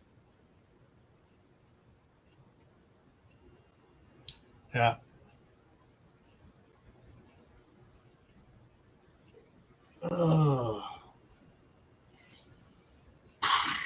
Yeah. Yeah, I got a lot of stuff to do here already. We're having the discussions with the wife. All right, can I get work on this first, and get this done? Is that honey to-do list? No. All right, so on my channel here, most of the stuff was covered on my other channel, Camp Patton Family Compound. Okay. Poured a new patio on the back side of the house, tore out the old one. It was 10 foot wide, poured a 12-foot wide patio in there. We had a gravel driveway, dug it down out, sloped it away from the house, did everything on it.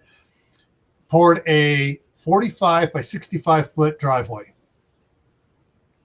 in front of the shop. Well, now I need to add on the other side of the shop, the length of the shop plus 5 feet, and then make it out about 24 feet wide, and pour a pad there, and then where that stops at the front of the shop, angle it over so it meets the driveway, a little triangle in there that's 35 feet long and as wide as that is, coming in as an angle. Then I got 2 cargo containers across the street I need to get moved over onto this side, put on that pad, and then I need to build a roof over it so the 7.5 feet or so between the shop and the cargo container, I can park my tractor and my ride-on lawnmower in there without worried about snow coming down on it. Okay. Would that be classified as a temporary structure in Idaho, or would it not be classified as a structure at all? Wouldn't worry about it. That one you can say. My friend across the street, Curtis, he just built a big lean-to on the side of one of his garages, and then another one off the side of the house, and then connected it together and turned it into his big car restoration shop. Okay. And like I said, I'm not sure how they do things out there.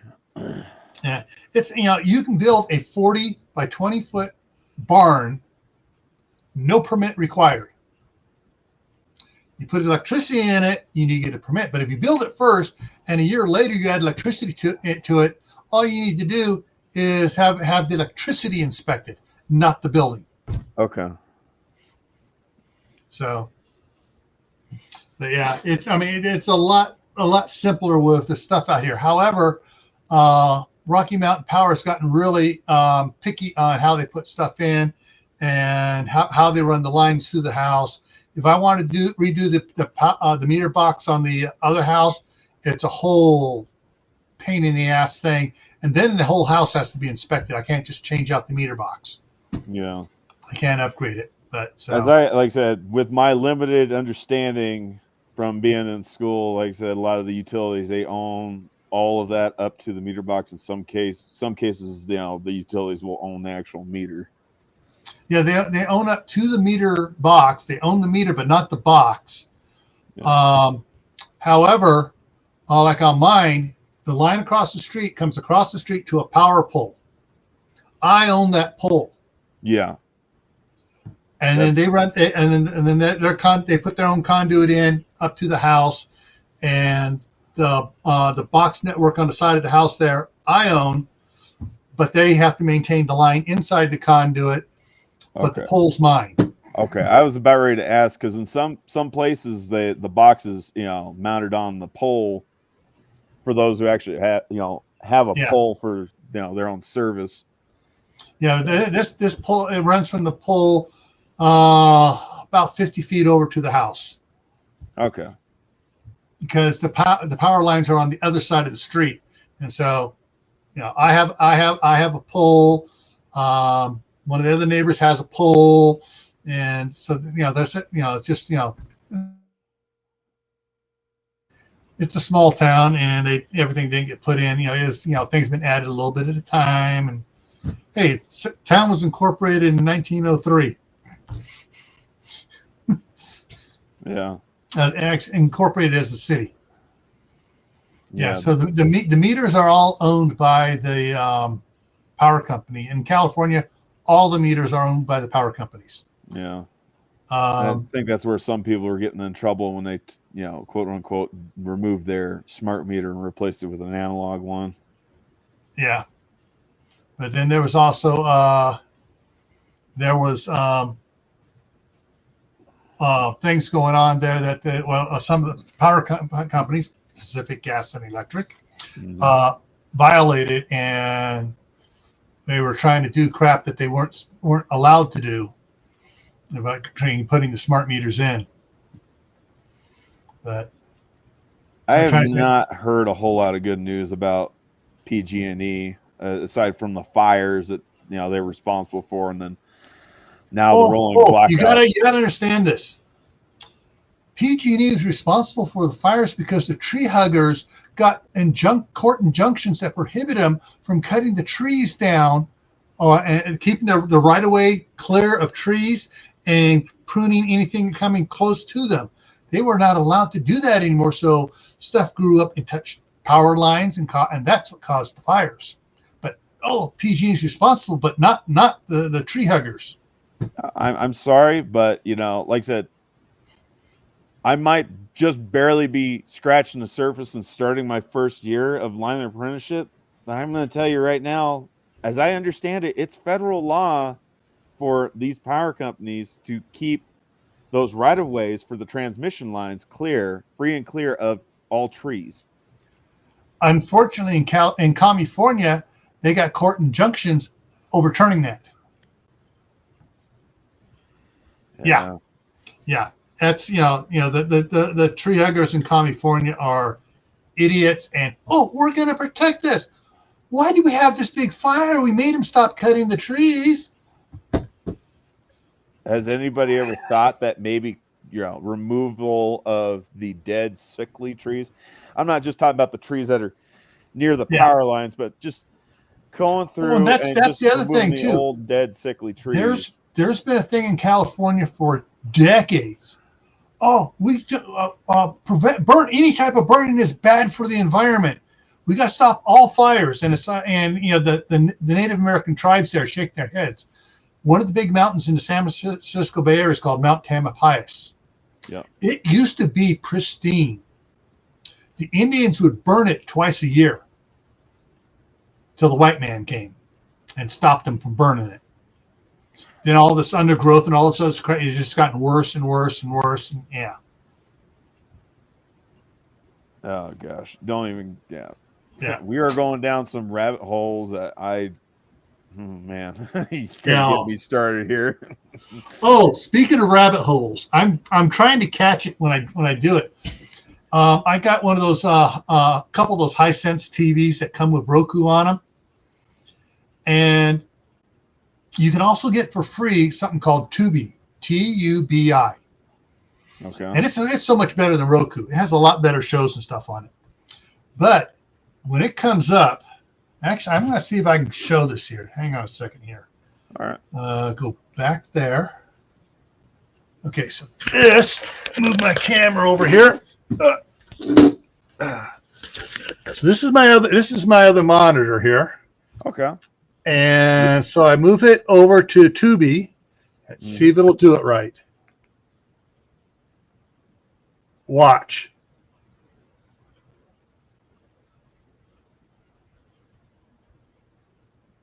Find your next rabbit hole.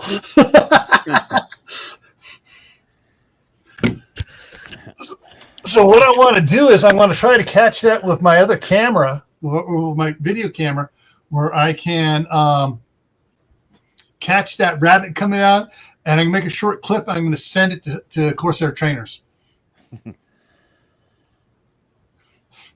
Because he's always talking about going down the rabbit holes. Here you go, Steve. Steve, here's your new rabbit hole. I guess I got to ask, that top hat that the musician wears on stage, is that considered a rabbit hole? Because he pulls a rabbit out of his really tall hat. That's one of the rabbit holes. Because stick there. Where's that rabbit? And their arm goes all the way down in there. The good ones, yeah. Yeah. But the rabbit hole actually goes back to Alice in Wonderland. Yeah, I was going to say. I was trying to remember the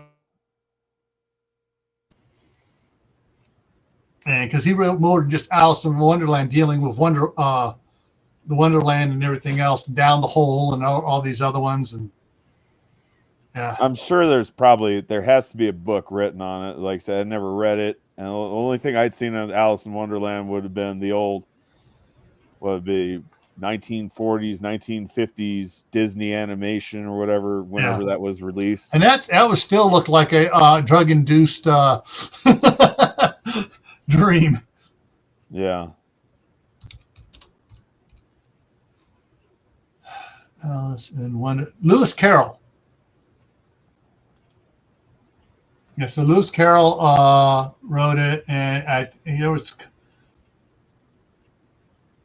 come on, where is I'm trying to, of course it's making it hard to find anything else right now, but there was Return to Wonderland, and it was written in 1865. That's when it was originally published. Here in Ohio, you have to call. They cut them for free. They don't run the roads with inspection crews. All right. Did I miss a comment there, Tibor? Yeah, it's the trees. Line clearing. Line clearing, trees. Okay. Now, as I understand it, with the distribution utilities, there's really no federal regulations or even state regulations. Like that's just like on in California level. There is the Public Utilities Commission, and they sued. These tree huggers sued, and the Public Utilities Commission's rules were changed, limiting what Pacific Gas and Electric in Northern California and Southern Cal Edison in Southern California could do with around the power lines. Yeah. So, I remember living out in Nebraska. There'd be a lot of trees that would get like uncomfortably close to the just the distribution power lines. Yeah. And mind you, everything out in eastern Nebraska, I mean, it grows like a weed just because of how humid it is and how much moisture they get. And their summers are a heck of a lot longer out there than they are over here. Yeah, like I said, I don't like it when I see tree branches get uncomfortably close to power lines. You need to have those companies out there like Asplunda, trimming them back. because anytime you get an ice storm, anytime you get a blizzard or strong wind, those tree branches, they make contact across those phases, those 3 phases, and they'll short out the phase, or heaven forbid a top of the tree breaks off and lands on those lines. They're going to tear down a whole bunch of utility poles with them. Okay, I finally found it. Alice in Wonderland, 4 books. Alice in Wonderland, Alice Through the Looking Glass, Hunting of the Snark, and Alice Underground. Wasn't there a show or something called Through the Looking Glass? Yeah, there was a movie, Alice Through the Looking Glass, and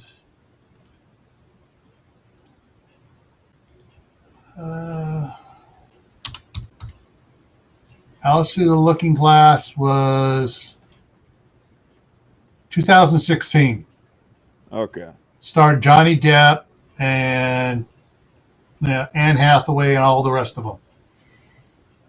So that was the only one that was one of the books that I know of was made into a sequel movie. Yeah, I never watched it. The 2 Alice in Wonderlands of Johnny Depp were actually pretty good. Yeah. I'll have to check them out when I get time to. Like, I don't watch a whole lot of TV anymore, or even movies. I can't recall the last time I even went to the theaters. Yeah. Right now, mainly, like all the Marvel Universe and DC Universe movies, I wait till it comes out on Blu-ray. Yeah. For a while there, my daughter had Disney, so I was watching some of the series that weren't being released that were just live streaming only, not going to the movies, like the Hawkeye one and some of the other ones. I was watching those until they got tired of their kids going in there and changing it to some of the stuff on Disney that they didn't think was appropriate. Yes, the new Disney has stuff that's appropriate, and Walt is spinning in his grave. All right, so I'm going to wrap this up here. Tomorrow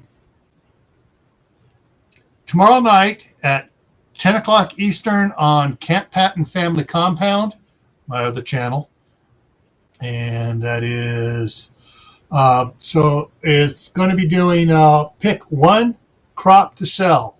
Why that crop? And it's going to be an open kind of discussion.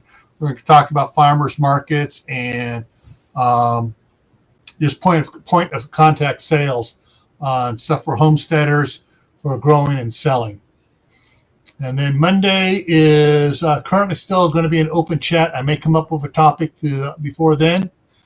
Tuesday, on Tactical Tuesday, back here on Grayman Prepping, is a sort of a quiz for everybody. What foods have you seen shortages of? Whether it's just for a week, whether it's an area where there used to be 3 foot wide of one type of food, now sounds just a narrow bit. As what things have you seen coming and going in quote shortages? And that's what's coming up this next week here for me. And whenever you're doing lives, let us know. We will shout out your live streams as well. I appreciate that. Like I said, I don't do them that often. Right.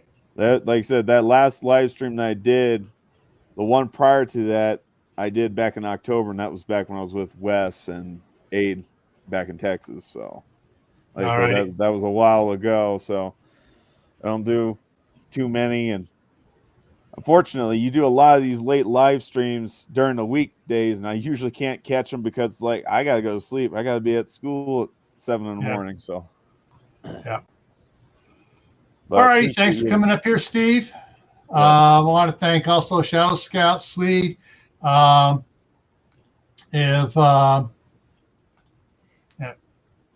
you everyone, if you could, if Shadow Scout Swede goes live on Saturdays, and I believe it's 2 o'clock Eastern time.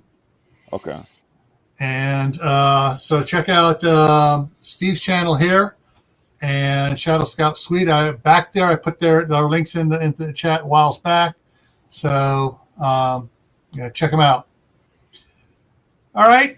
See you guys all later. Oh, last thing too for on Camp Patton Family Compound, we are doing the weight loss challenge. If anybody wants to get in on the weight loss challenge, let me know, or get a hold of Wayne Ungrateful Peasant or Garden Warrior Q. Those are the two team captains, and I'm just the manager. And so we can still add you to the list, and we can get going on it and help you lose weight. All right, I'm going to wrap it up now. Thanks, everyone. Stay safe, and we will see you tomorrow on Camp Patton Family Compound.